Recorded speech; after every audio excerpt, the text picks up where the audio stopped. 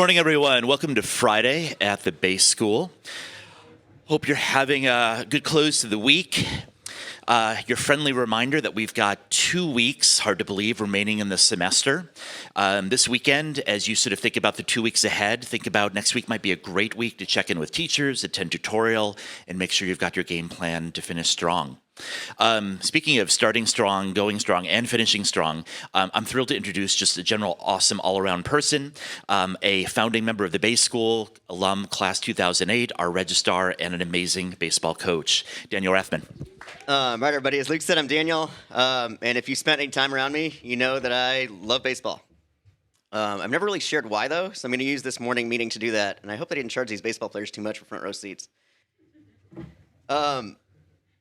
My connection to baseball actually dates back to when I was like 3 years old, and my parents used to plop me down in front of a TV, and I'd sit there for an hour and watch a baseball game, and that was the only way I'd leave them alone. Cartoons didn't work, kids' TV shows, none of that. Had to be baseball. They found that really strange, but that's just what it was. But a couple years later than that, baseball started meaning a lot more to me than just something to pass some time. So you need a little background here. My family is actually from Ukraine. They moved here in the 1980s from Kyiv, and I was born in San Francisco in 1990. I grew up speaking Russian. I didn't speak English until I was about 4 or 5 years old, which I share freely now, but back when I was in middle school, that was like a tightly guarded secret. If I ever hung out with friends, we never went to my house. We had to go somewhere, maybe to their house, not to mine. If I was getting picked up from school by a grandparent, I raced as far away as I could before I got in their car. And back to school night, that was my absolute worst nightmare. So where does baseball come into all this? Baseball became my way of proving to other people, but also to myself, that I was American, even though my family was not. So I'd spend hours every night watching baseball. I'd go to every college game I could think of without telling my parents, and they'd freak out when I wouldn't be home. And I'd take all these stats down in my algebra and history notebooks in middle school, and my mom would freak out when she saw them and throw them away. Pretty sure I was more efficient learning if I was also scoring a baseball game in the background, but I don't know. Can't confirm that now. My parents, being Ukrainian, they signed me up for every activity they could think of, and baseball was not one of them because baseball didn't exist in Ukraine. So they signed me up for basketball. Wasn't any good at that. Swimming? Nope. Piano? Nope. There were a few horrifying weeks of ballroom dancing involved. This slide is blank because I've destroyed all the evidence that any of that ever happened. Didn't get to play baseball until high school. Then I came to Bay. My parents were like, well, why don't you try out? Which back in the first year of Bay was as simple as, here, have a uniform. Perk of being the shortest guy on the team, they let you hold the bat in the team photo. So I wasn't any good at playing. And by my senior year, Coach Glasser on the far left, he realized that he'd signed a 4-year contract with a guy who knew everything he needed to do on the field and had the athletic ability to do none of it. And so my senior year, Coach Glass was like, well, you can't play. Why don't you help me coach? And so I've been coaching ever since. There were a few years in between there when I was in college where I wrote about baseball, did some statistical analysis, almost had a chance to work for the Red Sox, which sounds cooler than I actually thought it was because I always wanted to get back into coaching. And a lot of that is because some of the most influential people in my life have been coaches. Coach Glass's mentorship meant the world to me when I was at Bay. I've already talked a little bit about that. Top right there, that's Coach John Casey. He was the coach at Tufts University, which is where I went to college. He coached there. He graduated in 1983, and he coached there for 38 years until he retired. So he basically never left college. And I kind of feel the same way about Bay. I've been back coaching. I was back coaching every spring break when I was in college, and I've been coaching here basically since I graduated.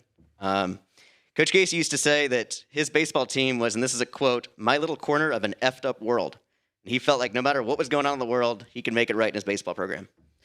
So that kind of stuck with me because my first year as head coach at Bay was when COVID hit in 2020. So that kind of inspired me through that year. Bottom left, that's Coach Sean. Coach Sean coached at Bay after Coach Glass.